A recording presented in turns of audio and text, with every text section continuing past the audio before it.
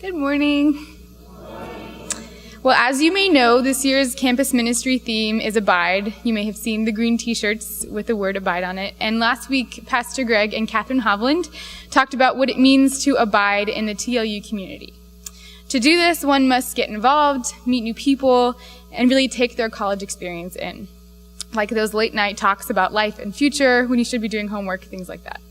Those are priceless. And it's not enough just to be here, one must abide. I learned to abide here for 3 years, meeting new people and learning new perspectives. Just when I became comfortable here, I felt the calling to abide somewhere else, somewhere as far away from this community as possible, where I knew absolutely nobody. This past summer, I studied abroad in Thailand, and when I was introduced to a community where I did not speak the language, understand the currency, or even know how to get around. In addition, no one from TLU that we know of has studied abroad in Thailand, so I couldn't even rely on past experiences to help me prepare. In fact, based on the information that I knew at the time, I might have been the only person from the United States, and the only one in the program, which was quite terrifying at first. But I decided to take a leap of faith and embrace the unknown. Ironically, I chose to abide by leaving the country and disconnecting as much as possible from this community that I have grown to know and love. However, God says that I am the vine and you are the branches. Well, that vine travels not only within the TLU community, but all over the world. Traveling to other parts of the vine can be scary, but like Charlotte said in our gospel, it says, "Be strong and courageous. Do not be frightened or dismayed, for the Lord your God is with you wherever you go," even halfway across the world.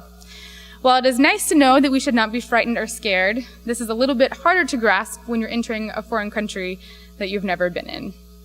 The first time I felt frightened in Thailand was right after I arrived in the Bangkok airport, midnight their time, and I got lost in this massive airport, and the elevator skipped level 2, which was the one that I needed to be on. So it was very confusing, and after 40 minutes of searching, I finally found my driver, who was a little bit frustrated because I was his last stop of the day. And I was doing okay until we got on the highway, and I looked at his speedometer, and he was going 140 to 160 kilometers an hour, which translates to about 86 to 99 miles an hour here in the rain in Bangkok at midnight in a foreign country.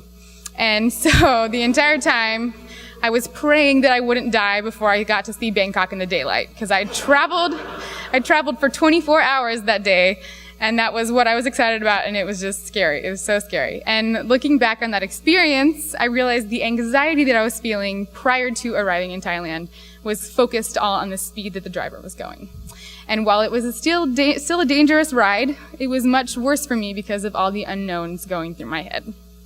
And looking back on my time, just so you know, I'd never met another cab driver in Thailand that drove that fast. It was just a lucky coincidence for me. So as you can see through this simple story in my travels, there are some challenges to abiding. I have found through my study abroad experience that the rewards outweigh these challenges. Once I actually put myself out there and got past the initial rough spots in Thailand, like how to get around, where to buy food and sheets and whatever else I needed, I was exposed to many new, different perspectives than TLU. And actually, I took a couple of classes in Thailand, and one of them was about Buddhism in Thailand, which was an interesting subject matter for me growing up Lutheran my entire life. However, after studying Buddha's teachings, I began to realize similarities between the different practices, and my own beliefs were challenged as well. So this was a special opportunity that I don't think I could have had unless I had gone abroad. And it's definitely helped shape who I am today and what I believe. I also met some truly amazing people on my journey from around the US as well as Thailand. And there was one story in particular that sticks out to me. Pretty much every weekend, our program had like planned trips just to different places around Thailand, and there was one free weekend that we had to do whatever we wanted. And of course, me and my friends wanted to go to the beach because we wanted, and it was unfortunately 13 hours bus ride south of Bangkok, which is a very long ride, and we didn't know the transportation system at all. So, and we were just trying to be spontaneous and go, and we were just gonna find a place when we got there. And all we knew is that we needed to take bus 127 to the southern bus terminal, which we didn't really know where that was either. But we were packed and ready to go and just gonna try and take it in as it went. And we were sitting at the bus stop, and this man walks up to us and he says, "Hi, my name's Alex." And he was from Thailand, spoke great English. Apparently he had a lot of friends from Vietnam, and so he learned English that way, from the Vietnam War, he would come over. And so he decided that instead of going home on the hour drive that he was ahead of him, he went to the bus terminal with us, helped us find our ticket, like helped us sit down and took care of us, waved us off like a happy little parent. And then he even actually helped us find a place to stay in Phuket, which we had no idea we were going to do that either. So having Alex there was definitely a godsend. And without his help, we probably would have not made it there that night, for sure. God was definitely watching over me that day on my travels. And I'm still amazed by the hospitality and the friendliness of the Thai people that I met on my journey.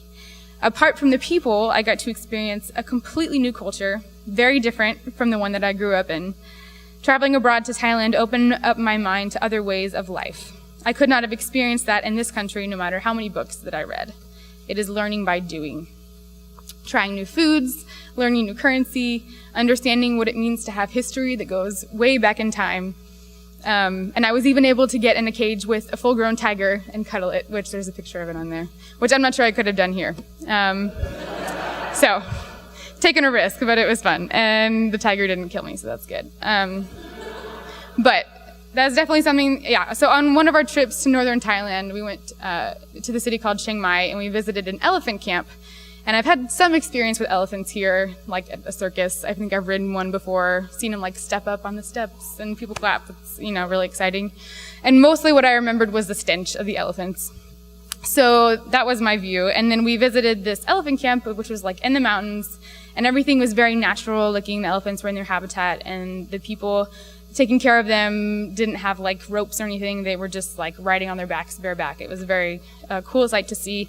And in Thailand, elephants are viewed very differently. They're like highly revered among the Thai people. In fact, their flag used to have an elephant on it when it was the country of Siam. And it's also a really big part of their history as well. So they treated them very nicely. It's a little different from here. And of course, it was a tourist place, so they had like an elephant show. And it was very different. They did amazing things like shoot goals with soccer balls, and they shot hoops. And they actually played, somebody from our program, he like played him in darts, and our guy lost to the elephant, which was hilarious. And then the coolest thing was they pulled out these easels, and the elephants started painting. They painted like floral arrangements, and there's one in particular that was painting the mountain scene that we were looking at. And I was just like blown away by this new perspective on elephants, which kind of describes my experience in a nutshell. While there are things that I'm used to over here, when I went to Thailand, there was a completely new spin on it, different perspective. And so, definitely experienced things that I didn't know I existed until I was there as well. So, when and if you go abroad, take everything in, set aside time to reflect on your experiences, and use that time to do some real good soul searching. Be open to understanding the culture and go beyond the typical tourist things. There is so much that we can learn from other people and other cultures. I know I was surprised at how much I learned about myself. After journeying on my own, completely independent of what I knew, I gained confidence in myself. The first step, if any of you guys have traveled internationally, was learning how to do that, because that's a journey in and of itself. I learned that if I want to do something, I can make it happen. It just takes a little figuring out. I encourage you all to study abroad if you can fit it into your schedule. It's an experience that has shaped who I am and what I will do in the future. So whether it's at TLU or halfway across the world, try to abide and take in whatever experience that you're having. Thank you.